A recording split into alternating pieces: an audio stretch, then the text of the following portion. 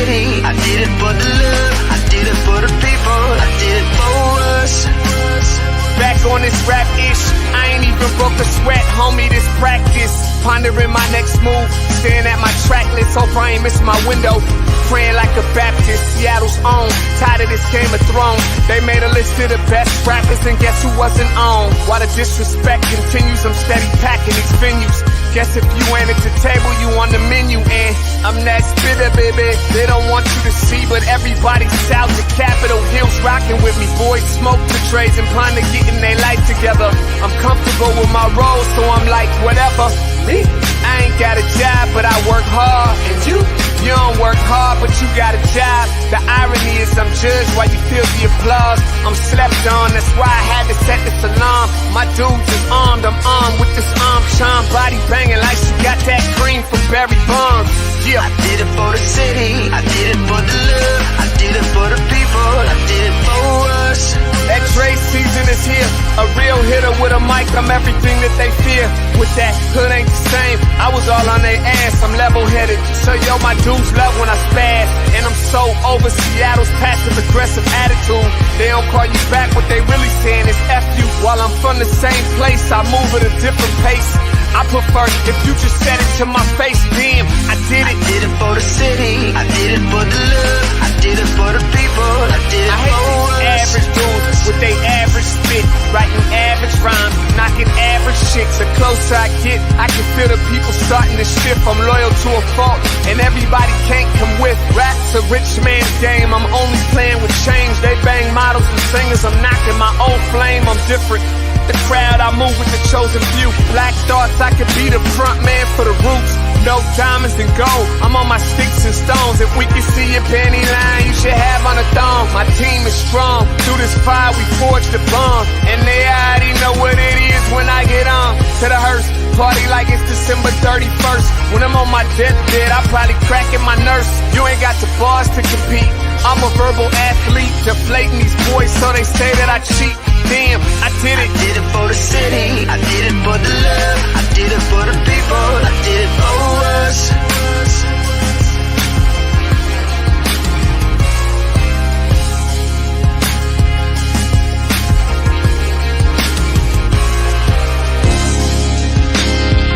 Yeah. I should probably start by apologizing for the long wait, man. You know, I know I be tripping. But I'm not just a rapper, I'm an artist. And, you know, my creative process is a little bit different than most. Nonetheless, I want to welcome everybody out to the Dre's Experience. I got TCF in the building. My whole camp's here with me. I got the band in here laying this cool-ass vibe. And I'm Seattle's own. Let's get into it. I just wanna live. God protect me. I just wanna live. I just wanna live. Welcome, everybody. Happy Wednesday to all of you out there. Welcome to the Morning Update Show. I am your co-host, Trey Holiday. And boy, oh boy, we got another great show for you today. Got to bring in my guy, Big O, with the happenings. What's going on, Big O? Good morning, Trey Holiday. Hey, good morning. It's good to see you. You as well, always. Yeah, we got a lot of stuff going on in today's show. Before I get to that, want to welcome everybody to the Morning Update Show and remind you, right now is the perfect opportunity to tag and share the stream. Go ahead and tag and share the stream with people you feel would appreciate culturally relevant news and information emanating from right here in the Emerald City. Want to give a big shout out to our partners over at the South Seattle Emerald and also KBCS 91.3 out there at Bellevue College. Also want to remind everybody that you can listen to the Morning Update Show. You can listen to the Morning Update Show anywhere where you find your favorite podcast. We have SoundCloud right there, and we got the link in the comments, but you can also find it on Apple, iTunes, Google, Spotify, anywhere that you listen to podcasts. So you can check us out there. Reminder, I got a shirt on here today, our Pride shirts. They are still on sale. There's Trey Holiday, Oya, D'Alessandro, and Omi. All three colors are still in stock. You can go to whereweconverge.com/shop. I think we got the link in the comments right there. It's a great way to support Black-owned independent media here in the city of Seattle while looking good and showing your pride. PSC, we're going to stay on top of this. PSC is offering COVID bill assistance. We'll put that link in there for you as well. If you're a PSC customer, you can get assistance with your bills up to $2,500. We want to remind everybody that although some of the rent moratoriums have been extended, the utility moratorium ends here in the state of Washington on July 31st. If you're behind on your bill with PSC, go ahead and click that link there in the comments. And, man, see what you can do to work something out with PSC. And also a reminder here from Public Health Seattle King County about the vaccine. COVID-19 vaccine is always free. Anybody tells you to cash app them, it's not the real deal. No appointment needed. We've got the link in the comments there. If you are in search of the vaccine here in King County, it is around and it is readily accessible. Yeah, and on today's show, what we're going to be doing is we're going to be following up on this story here with Taking Black Pride, the event there at Jimi Hendrix. It was a remarkable turn of events yesterday where a superintendent of parks was actually heard in a recording saying that he was going to engage the police to possibly shut down the event. Then there was a statement released saying that the superintendent misspoke. We're going to get into that. But live on the show as well, we have Ben Brandow from KBCS, our partners over there. They're doing their fundraising drive. We know Converge viewers, they always like to give to a good cause, so he's going to tell us about what's going on at KBCS. And also, we have immigration lawyer Tahimna Watson, and we're talking about some interesting laws that are out there that people can take advantage of. Whew, out of breath. There we go, man. I mean, always a great lineup, and honestly, I'm always excited to get in and dive a little bit deeper. Every time we have live guests, man, it's like we got a lot going on every time. Y'all should understand the energy in the studio is always lit. Keep it moving, keep it moving. Yeah. All right, well, we got a national story here. It's a big story yesterday, and we got this here from CBS this morning, where the Voting Rights Act, it failed to proceed there in the Senate yesterday. And people should realize, and I'll explain this here in this clip, they weren't even voting on the bill yesterday. They were voting on whether they should even debate it. So it didn't even get to debate. This is CBS this morning. Democrats say they will continue the fight over voting rights after Senate Republicans blocked their sweeping reform bill. A move to begin debate on the so-called For the People Act failed last night in a 50-50 party line vote. 60 votes were needed. Our Nancy Cordes is at the White House for us. Nancy, good morning to you. What does the Biden administration plan to do now? Well, Tony, the president announced that he's going to have more to say next week. But beyond that, there doesn't appear to be much of a plan, which is a reflection, frankly, of how few options Democrats have on this issue in a divided Senate. The fight is not over. Vice President Kamala Harris presided over the Senate during her party's failed attempt to advance a voting rights bill. The motion is not agreed to. Every Democrat voted yes, but it was not enough to overcome a Republican filibuster. This vote, I'm ashamed to say, is further evidence that voter suppression has become part of the official platform of the Republican Party. The For the People Act would have expanded early voting and same-day voting registration, ended partisan gerrymandering, and increased federal funding for election security. Republicans argued the measure was too broad and would have diminished the power that states and local governments have over elections. The bill that we have in front of us is not so much about voting rights as it is a federal takeover of the election system. The push for a federal voting rights law comes as Republicans in 48 state legislatures have introduced 389 bills this year alone to restrict voting access. The White House is rejecting criticism from some Democrats who say the president hasn't been vocal enough. Those words are a fight against the wrong opponent. President Biden has tapped his vice president to lead the White House effort on this issue. This is about the American people's right to vote, unfettered. It is about their access to the right to vote in a meaningful way. One small victory for Democrats. The entire party held together on this bill, which was not a given. Today, President Biden switches gears. He's going to lay out his plans to combat a recent spike in gun violence, another issue that has been plagued by congressional gridlock in recent years. Yeah, I mean, there's lots of stuff going on there. Clearly, we see it. We're seeing this play out before our very eyes. And as we have efforts, obviously, from the Democrats to really stop so many of those bills. I mean, 389 bills that are really geared towards voter suppression.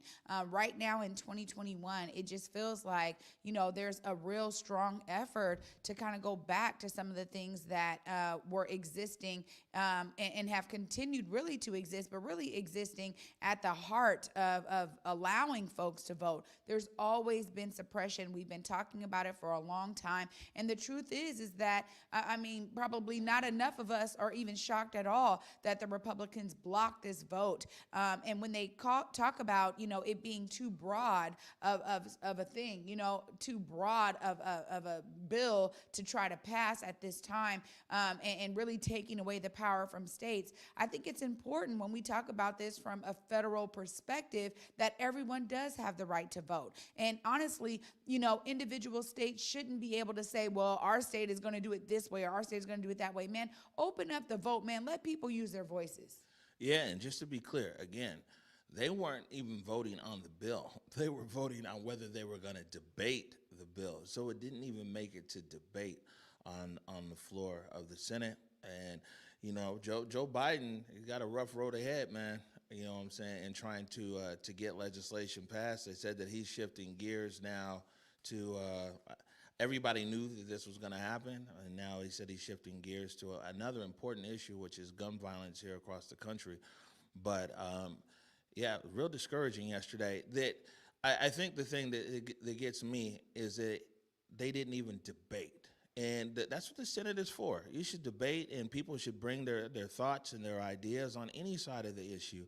And, all ideas should be heard, and then people vote on it. But the fact that it wasn't even brought up to debate, it tells you the situation that we're dealing with in Washington, D.C. Absolutely. And I think another thing about this is if the states are the ones that have the power, then people in these states need to be educating the constituents on exactly what it is that they're up against, right? And ultimately, we need people to be using their voices.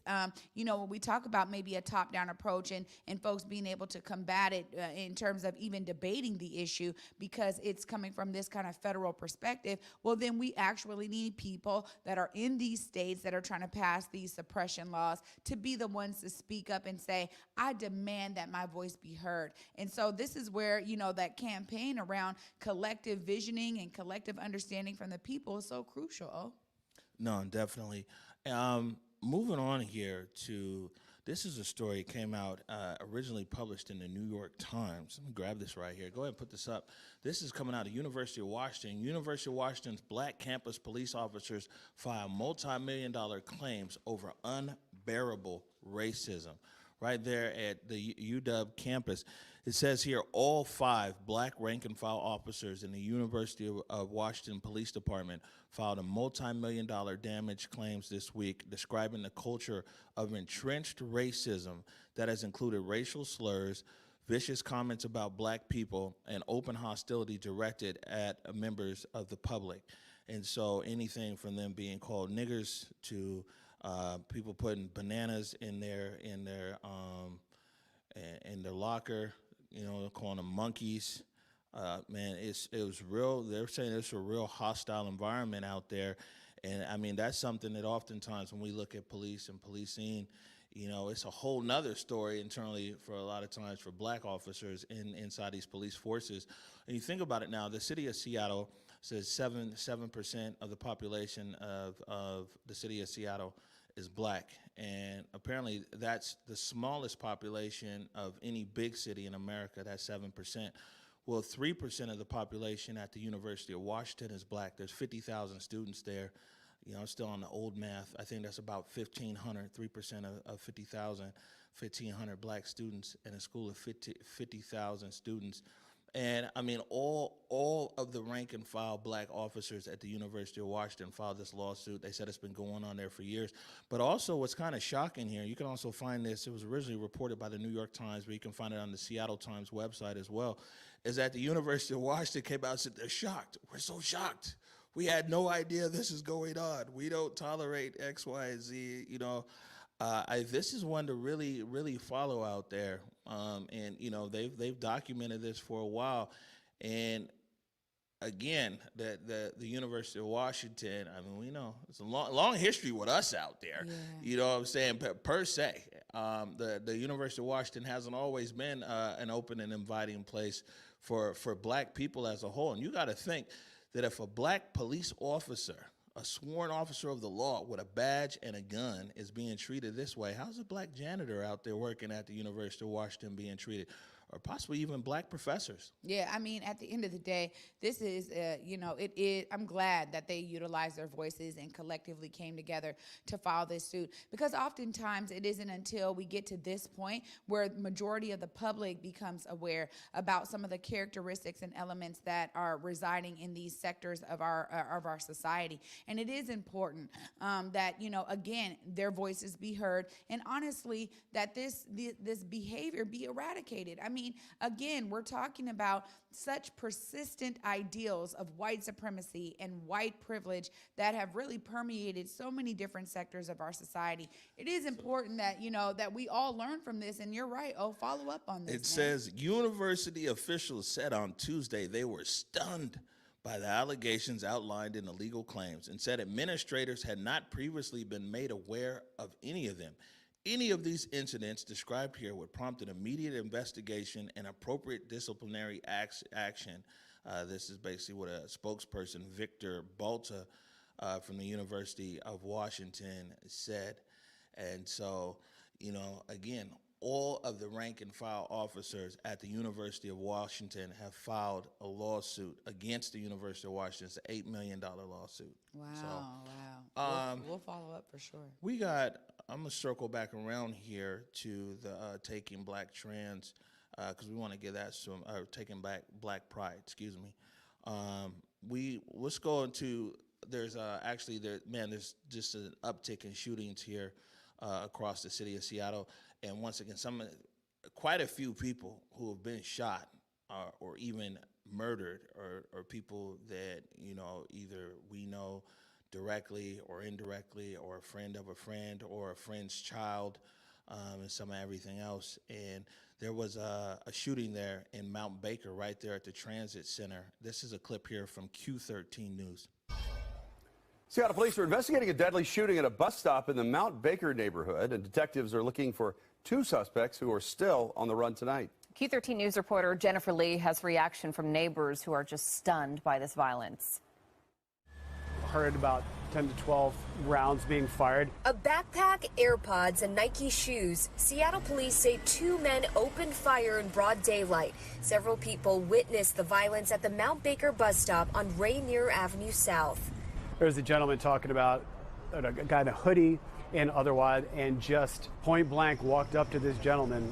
Sounded like it was a pretty specific target, and opened fire and then took off. It sounded like firecrackers, but it sounded weird. I wasn't sure, you know, but I said that, you know, but I didn't think that they were gunshots. I just thought they were firecrackers. It sounded like the other gentleman said, like a machine gun, like machine gun fire. Seattle police say the shooting was reported just before 1. The victim is a 32-year-old man who was shot multiple times. Seattle Fire says he was taken to Harborview Medical Center in critical condition, where he died. Right now, what I can say is that this is being investigated as a targeted attack. Just steps away from where that shooting happened is an outdoor play area for children. The preschool says luckily no children were outside. They were all inside the building taking a nap. Like, my daughter goes to that preschool and she's not there today, thank God, because it was right next to where they play and stuff. So I don't know, it's ridiculous. For much of the afternoon, buses were being slightly rerouted as the investigation unfolded. I'm very concerned for the safety of everyone living here and people who have to transit here every day. In Seattle, Jennifer Lee, Q13 News. Yeah. Well, again, and there's a lot of different people who have a lot of different reasonings why violence is occurring, not only here in Seattle but across the country, and uptick in gun violence and everything else. But for sure, it's occurring. It's occurring. Yeah. It's occurring for real, and like you said, these shootings. It's just it's we talked about these numbers, man.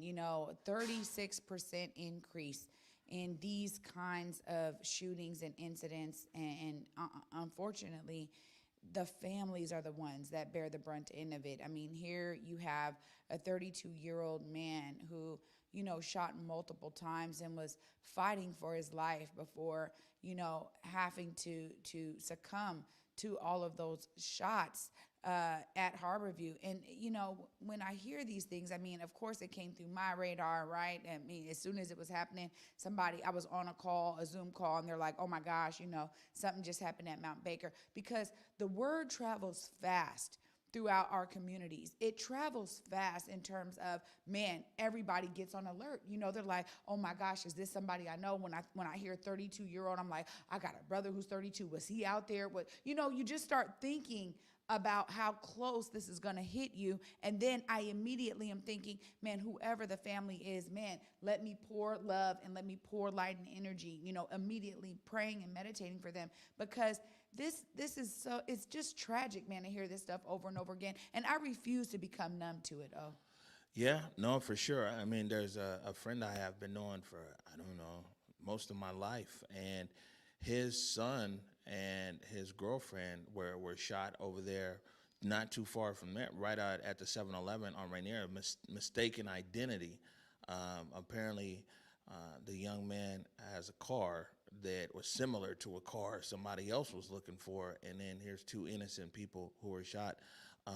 We definitely cannot look the other way when it comes to these acts of violence across our city and these acts of violence that are occurring in our neighborhood. Yeah.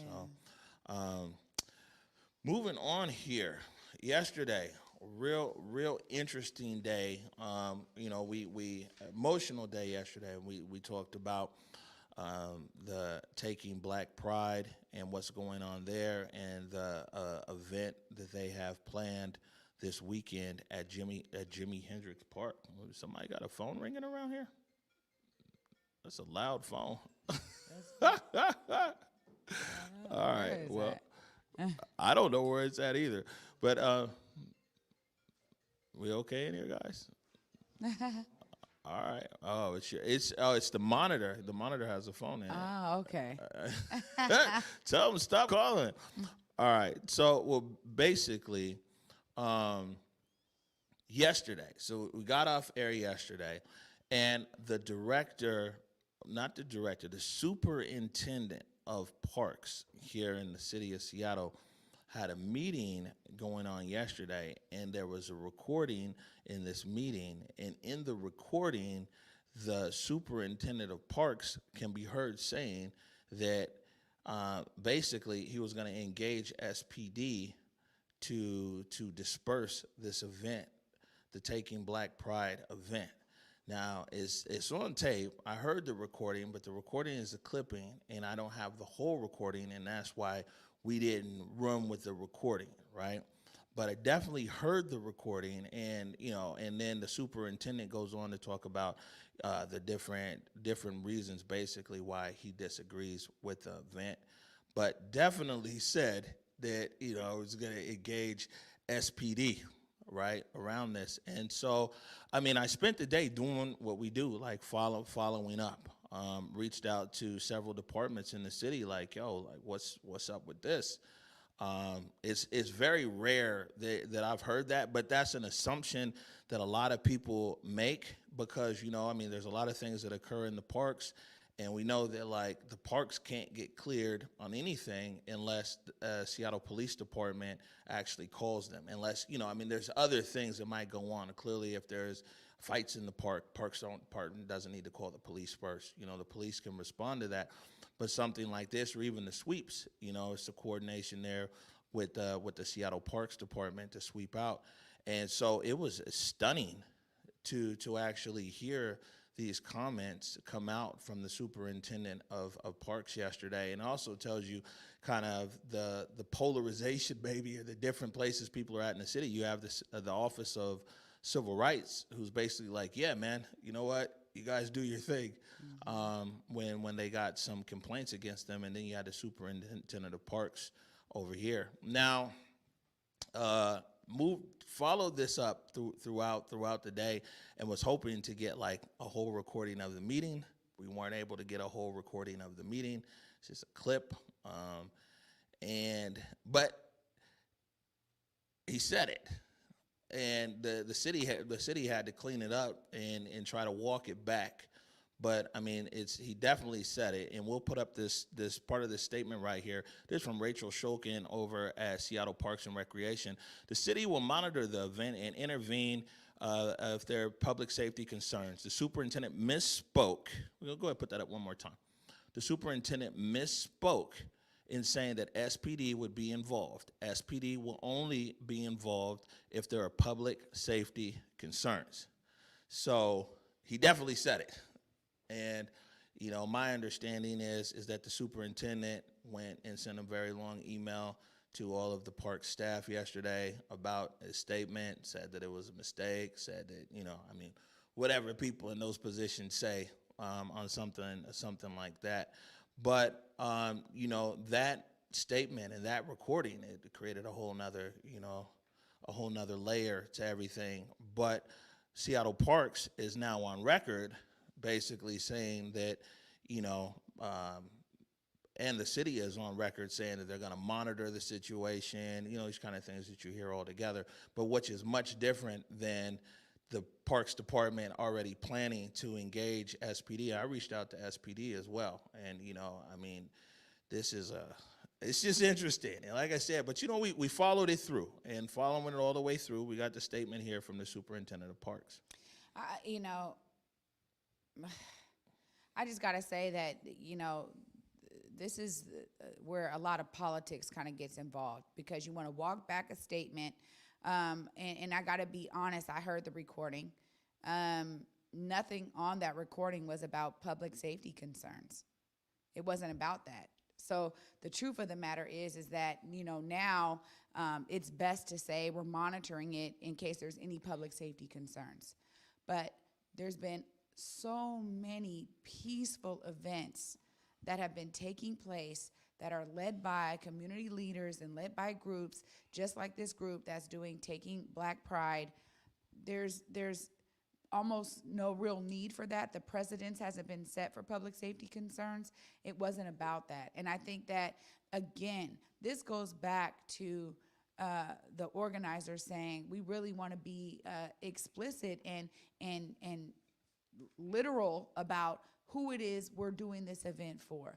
I mean, you know, Omari gave such a personal account of how so many Black people were left outside of Pride events and Pride action, that it really did facilitate the need for our own subgroup in terms of Black trans, Black homosexuals, Black lesbians, Black queer folks to get together and decide to do their own thing. And this is not just in Washington State or in Seattle. This is across the nation. So many different events were beginning to take form and take shape when we talk about them doing their own thing on the underground, and like, hey, it was word of mouth only, and the ways that they invited people in. And for any of you that had family members that were not only organizers of these events, but supporting them, going to them every week, every night, whenever they were having them, we know about how our family members said, look, this is the only place I really can be me.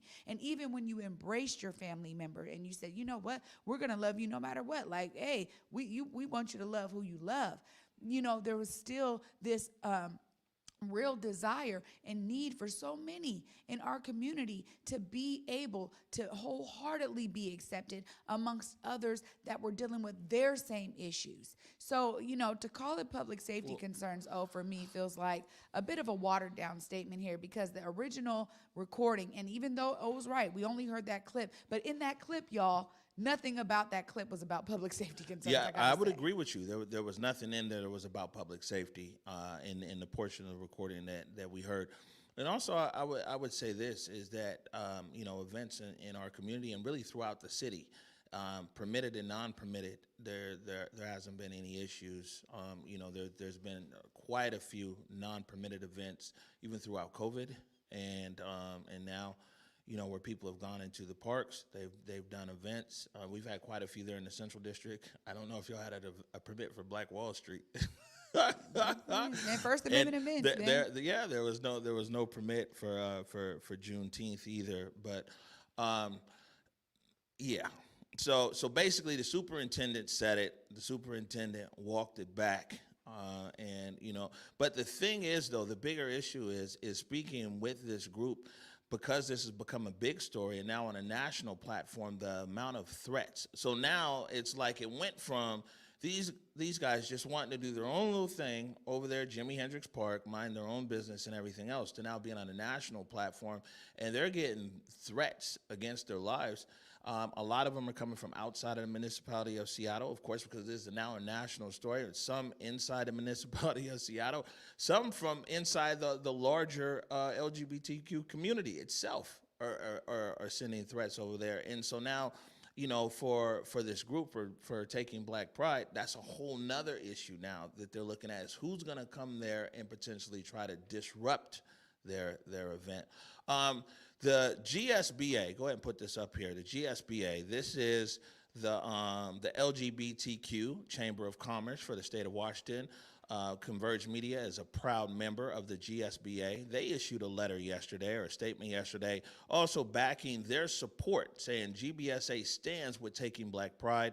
And one of the things that they've seen that they listed here is that we've seen taking Black Pride targeted misleadingly in local and national media and subject to horrific racist, transphobic, and homophobic online attacks. This must stop. So this is, again, from the GSBA.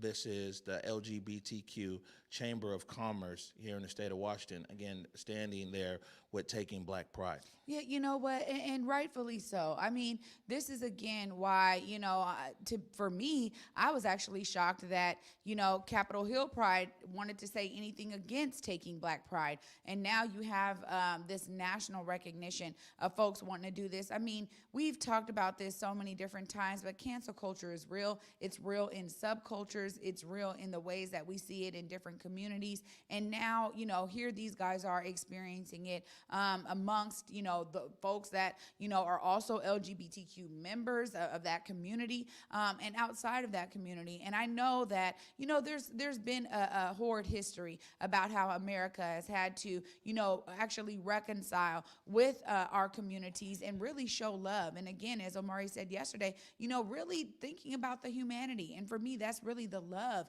in terms of, hey, you're another person, right? Whatever it is you believe or whatever it is your lifestyle is, those things do not denote you as a person and should not denote me seeing you as a person and seeing you as someone that I should give love and respect to. And ultimately, we see this time and time again, whether it's race, whether it's, these gender equality issues now, LGBTQ issues. This is something that we really have to reconcile with as a nation, because the hate that is so evident and permeating through all of these subcultures and communities, man, that is something that we've dealt with for so many generations. And it really is like us learning in order to be able to root it out. Oh, it's ridiculous. Right.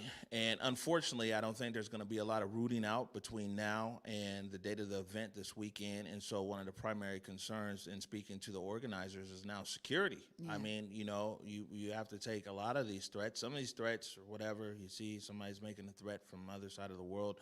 But some of these threats are definitely coming, in from locally here in the Seattle area, and some nationally, and they don't have the luxury of just, saying like, oh, well, and so security, and I know they had a lot of questions. The statement came out there from Parks, and I think that it probably just at this point is going to need a little bit more definition, because this isn't now that's on a national stage. This isn't just the average event that somebody has in the park. It's, it's this and that. Now the attention around it has drawn in a whole nother element. And so this event probably needs to be looked at a bit of a different light, because of the spotlight that it's been on, and really a lot of the hate that it has attracted. We've gone long here, but I'm glad we did, because it's well worth the conversation. We're going to take a quick break right now. When we come back, we're talking to Ben Brandow from KBCS 91.3. We're talking about all the good stuff going on over there with our partners at KBCS. You're watching the Morning Update Show. I did it for the city, I did it for the love, I did it for the people, I did it for us. Back on this rap ish, I ain't even broke a sweat, homie, this practice. Pondering my next move, staring at my track list, hope I ain't miss my window. Praying like a Baptist, Seattle's own, tired of this Game of Thrones. They made a list of the best rappers, and guess who wasn't on? While the disrespect continues, I'm steady packing these venues.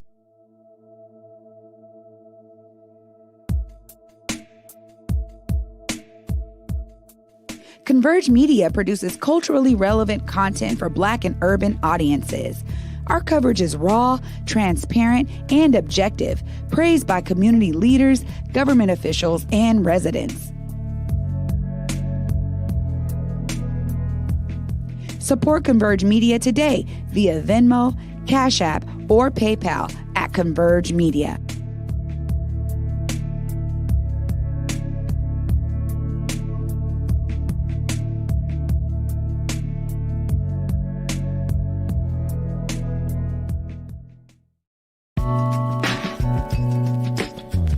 Hey, it's Jake from Converge Media and Get the F Outside. I hope that all of you are taking advantage of the ability to be outdoors and enjoy nature as our summer months heat up. One other thing that you can take advantage of here in the King County area are free COVID-19 vaccinations. There's all kinds of options for pop-up clinics, and the vaccine is able to be administered to anyone 12 years and older. And did I mention that it's free? You don't need insurance, and they don't care what your citizenship status is. And that kind of sounds like the way things should be anyhow, but we'll save that for another conversation. Information and resources are available at kingcounty.gov/COVID, or you can call the COVID-19 call center at 206-477-3977. Washington, we are almost out of this, but we got to stay locked in for the home stretch. Let's get vaxxed out so we can max out our time with friends, family, and in the great outdoors. Jake Grav brought there. You guys got to make sure and check out Jake's show, GTF Outside. Man, last 3 episodes have been dope. What you got for episode 4, Jake? Where are you going? Denali. He's up in up in Alaska. Yeah, I mean, when he asked me if I wanted to go, I'm like, yeah, I'm good. All right, welcome back to the Morning Update Show. Joined here on set now by Ben Brandow from KBCS 91.3 out there in Bellevue College. How are you? Hey, I'm doing great. Thanks so much for having me, Omari. All right. So the bottom line of why you're here is you need people to donate, but we're gonna get there. We're gonna get to that. Why don't you first tell people about KBCS? Absolutely. So KBCS is a community radio station. We've been around since 1973.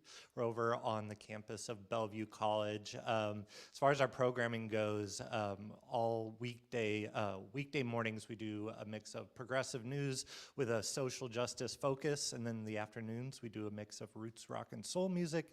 And then the weekends we have all volunteer hosted programs, and it's everything from bluegrass to hip hop to Brazilian music to Hawaiian music. And we really rely on a lot of volunteers to make a lot of that happen in the community. We have around 60 volunteer DJs. 60 volunteer DJ. You got space for 61? Oh, absolutely. We're always looking for new talent. No, I mean, you might not have to look no further than me. All the talents, right? Yeah.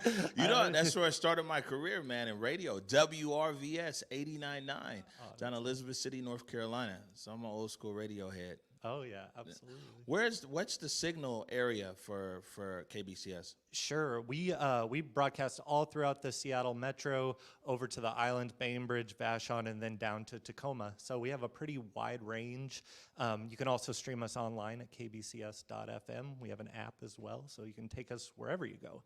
Right, and now COVID made a lot of adjustments for a lot of people, especially when it comes to like regular funding that they used to have and things like that. KBCS definitely impacted, and so now this is part of your big donor drive. It's a big lift this year. Why don't you tell everybody about it? Yeah, so our fiscal year started July 1st, and just before that, we found out that we were going to lose our supplemental funding from Bellevue College. So we lost around $150,000, and we had to make up for it. And so we started a sustainability campaign to try to be able to sustain our funding. And essentially, we've been very successful, and we were able to raise that extra $150,000 to be in the black this year. The last part of it is that we're trying to add 1,000 new sustaining donors before the end of our fiscal year, because this extra $150,000 that we're going to need to raise, it's going to start over again July 1 with our new fiscal year. Yeah, man, we need to do fundraising like you guys. they raise. Hey, listen, now I got nothing but love for our $5 Army because they keep us on the air. Absolutely. But yeah, we need some fundraising secrets from you guys. We've put the link to KBCS to the donate page in the comments for people who want to donate. But also, so I'd like to point this out, right? So people are always asking, they're like, why are we using these stick mics, right? And it's because a lot of our content ends up over there on air at KBCS. Right. And because of the nature of this studio here, the lav mics created a lot of extra sound in the audio. And so we changed our mics just so we could sound crispier on air over there at KBCS. Well, I got to say, we appreciate everything that you all do with us. And I know our News and Public Affairs Director, Yuko, is so grateful. There's just a really amazing community of media coming together, especially smaller organizations like Converge and KBCS and the South Seattle Emerald. Yeah, no, definitely appreciate the relationship with KBCS.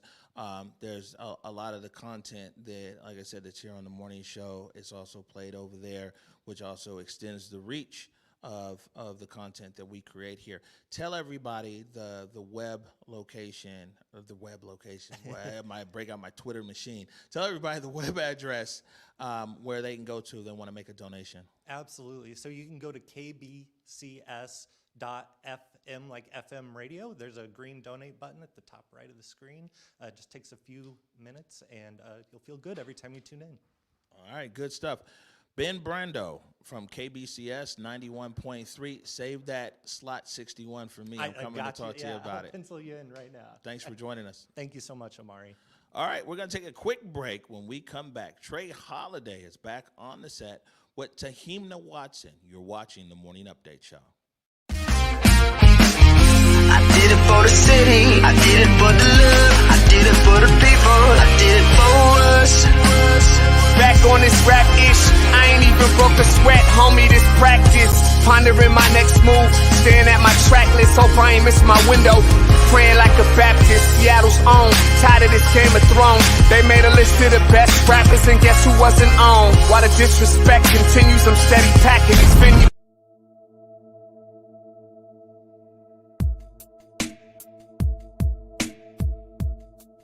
Converge Media produces culturally relevant content for Black and urban audiences.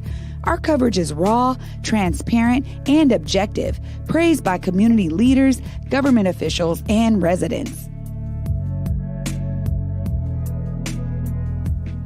Support Converge Media today via Venmo, Cash App, or PayPal at Converge Media.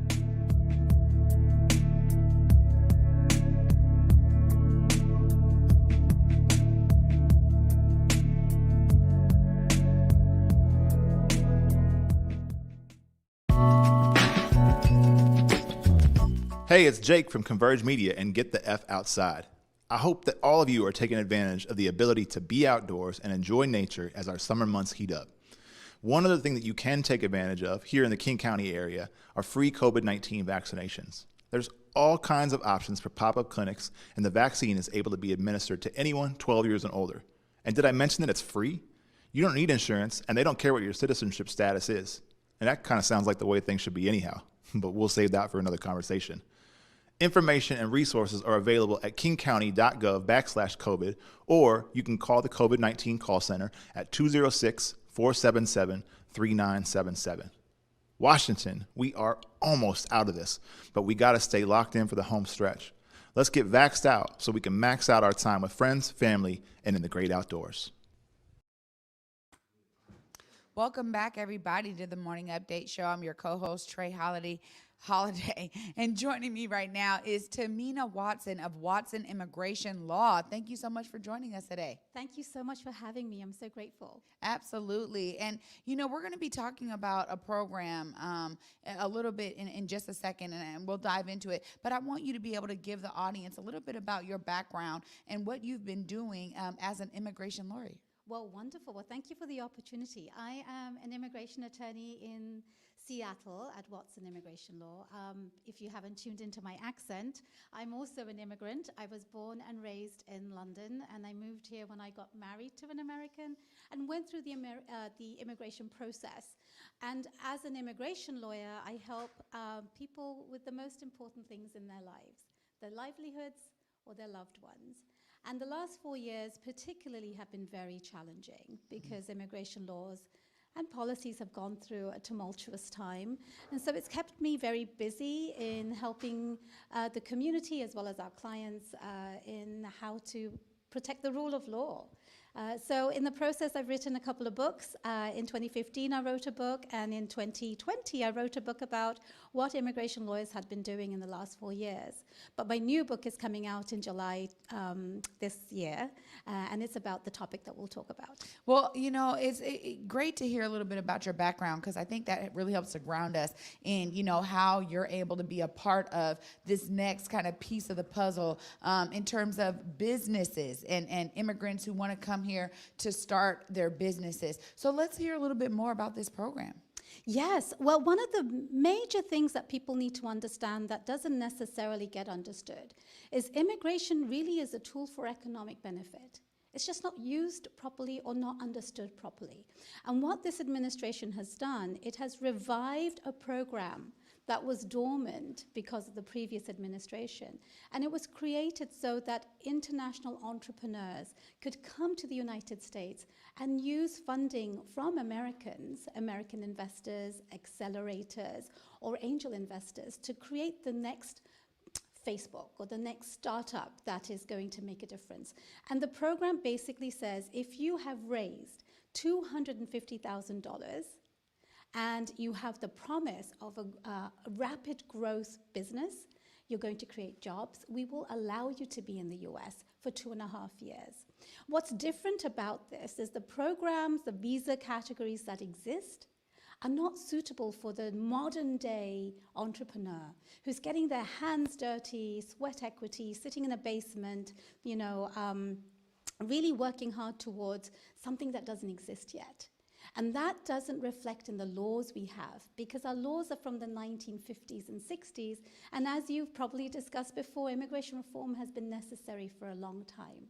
So this is really regulation, and it's using existing law to reinterpret and make sure that it benefits America.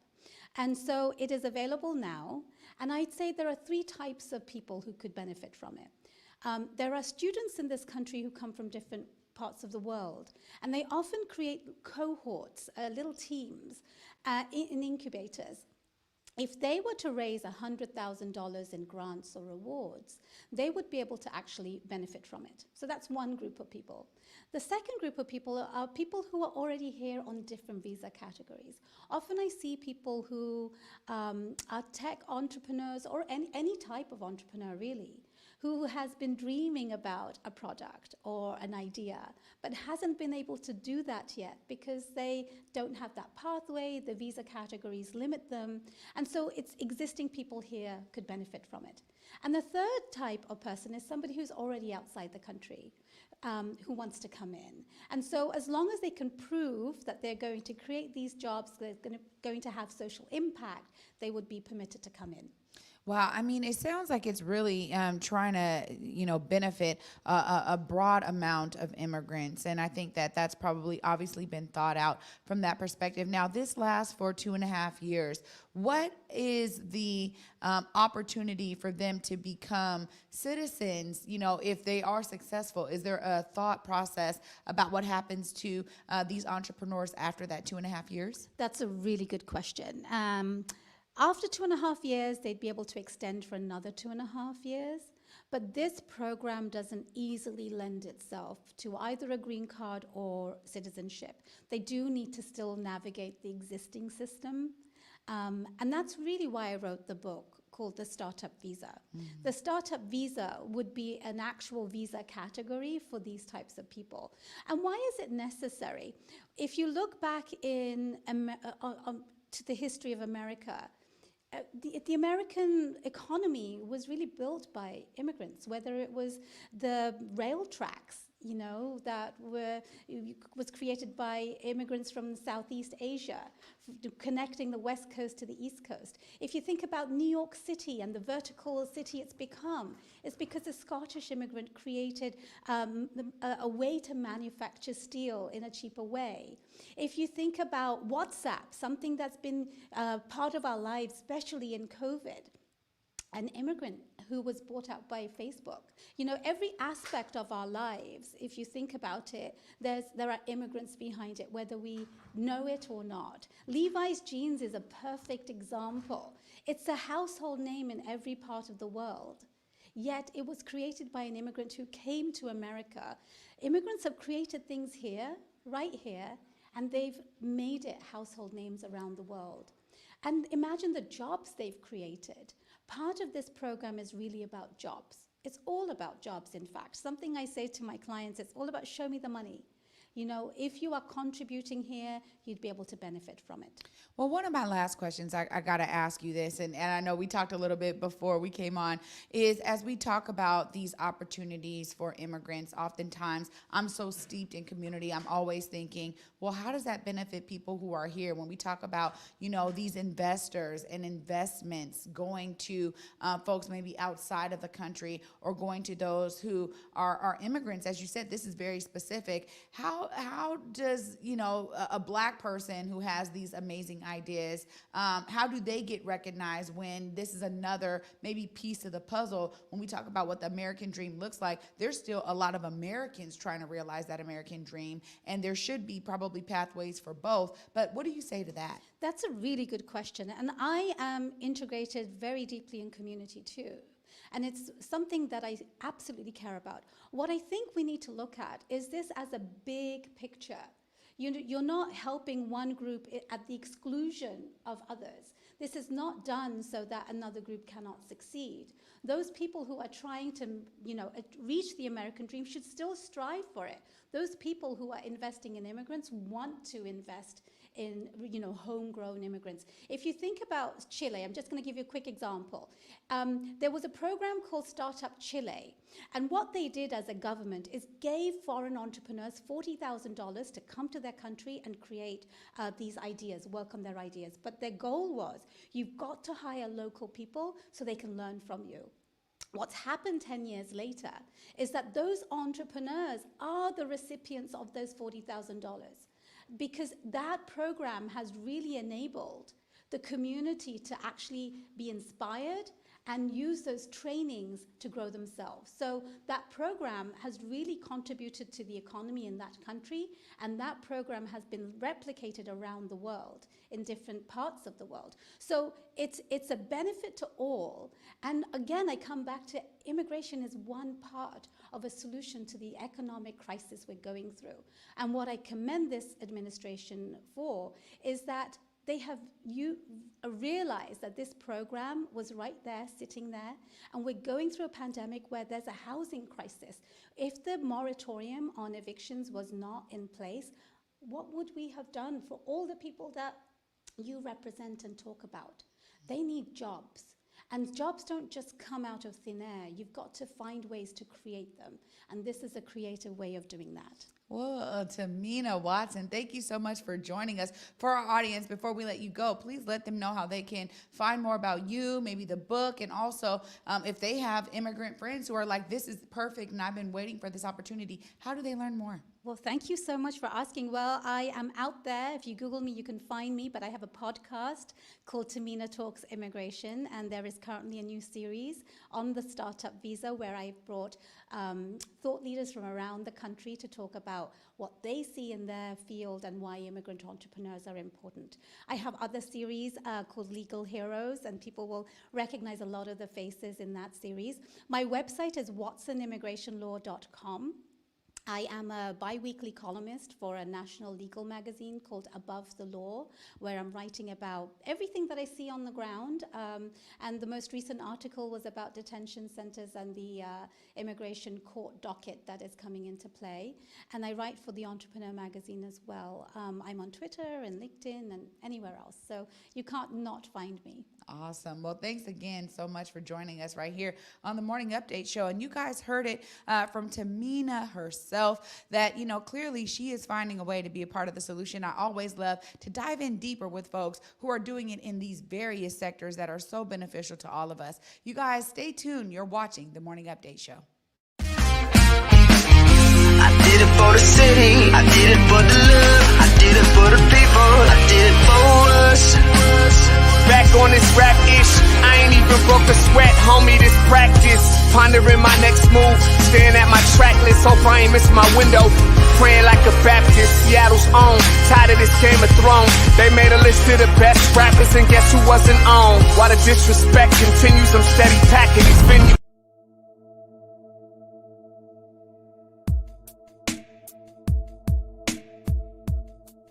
Converge Media produces culturally relevant content for Black and urban audiences. Our coverage is raw, transparent, and objective, praised by community leaders, government officials, and residents.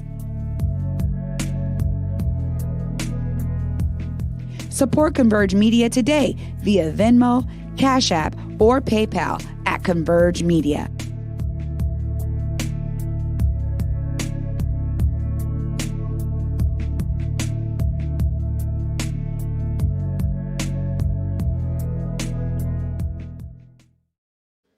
Welcome back to the Morning Update Show, y'all. Trey Holiday here, your co-host, and excited to bring my co-host back into the studio. Man, we've had some great guests today, and it looks like we got one more on the lineup. Yeah, we do. And actually, before we bring in Kevin, I want to correct this, Tahimna.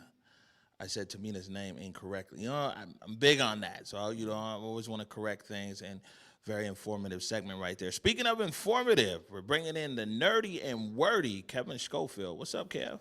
Hey, good to see both of you. It's been a little bit. Trey, I just want to tell you that was an amazing interview with Tahimna. I really appreciate it. I can tell you, from my experience in, working in the business community in the Seattle area for, a long time, one of the lessons that I learned was that, we can't control where the talented people are going to be born in the world, right? They're going to be born everywhere, right?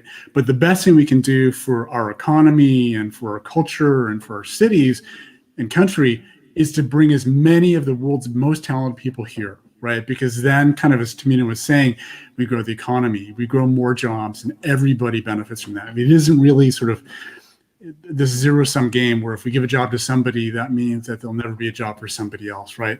If we get all the best, most talented people here, the ones who are born here and the ones who are born in other places in the world, we all win from doing that. There we go, Kevin's absolutely right. Yeah. And well, I would agree, but we always supposed to ask too. Yeah, you know what I'm saying? Absolutely. We absolutely. Everybody. How does this benefit the community?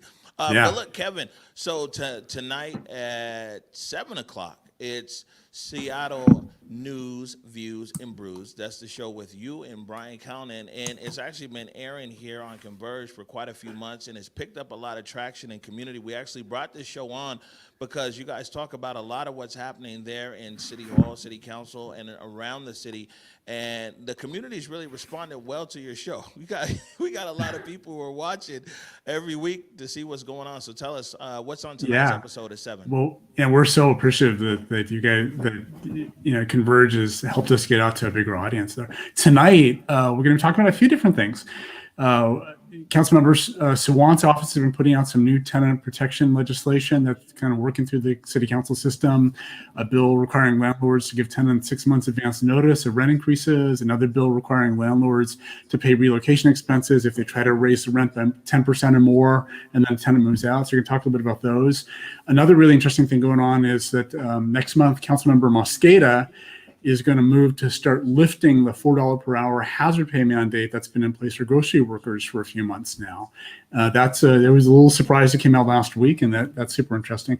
We're also going to talk about the Compassion Seattle Charter Amendment. They've got a self-imposed deadline to collect enough signatures to get them on the November ballot. We're going to talk about what happens if they make that deadline that they give themselves, and we're going to talk about what happens if they don't. And, if you've been following the show, you know that Brian and I like to talk baking at the end. And Brian is going to share some of the latest creation from his daughter. And we're going to chat that up as well. So it's going to be a great show, and I hope you tune in tonight. All right, I'm tuning in for the baking. So I have to tell you, I got busy over the weekend. For Father's Day, both my daughters were in town, and we had a whole day baking day. We made so many different things. We made orange macarons. They're super, super good. Made homemade fig Newtons. Oh my God. An entire day. I was exhausted at the end of the day. You were just going to pick up a piece of pie or something. No. I made quiche. I made all sorts of stuff. It was a crazy day. All right, we're up against it, Kevin, so we're going to let you go. That's tonight, 7 o'clock, anywhere you're watching the Morning Update Show, Seattle News, Views, and Brews. Talk to you later. Thanks. All right, Trey Holiday. Man, it was a full show, and we right on time. Full show. And you know what? And a great show, honestly. I think, having these guests come in, speaking more, having Tahimna here, always great to learn more and really educate the audience, man. All right, top of the hour. We're going to get out of here. Any last words for our audience? Man, I just say see yourself as part of the solution. Clearly, we try to make sure that we're bringing guests on here that are doing just that. You guys have the opportunity to do so the same. Yeah, good stuff. Want to remind everybody, support our partners, KBCS 91.3. This is their big fundraising drive, so let's see what we can do to make sure and keep them on air. Seattle News, Views, and Brews tonight at 7 o'clock anywhere where you're watching the Morning Update Show right now. And now, Mr. Director, you can go to the wide shot because we're getting ready to get out of here. So as usual, want to remind you to go forward in your purpose, go forward in your humanity. And until tomorrow at 11 a.m., peace. Lift every voice and sing till earth in heaven ring with the harmonies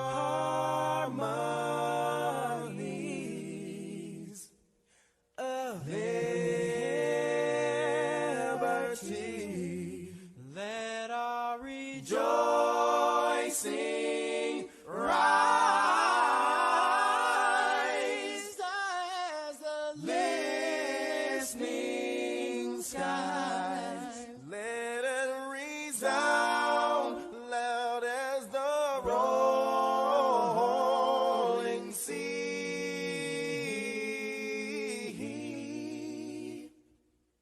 Sing a song full of the faith that the dark past has taught us. Sing a song full of the hope that the present has brought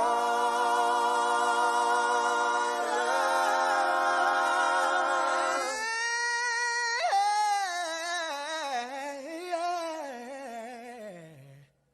Facing the rising sun of a new day.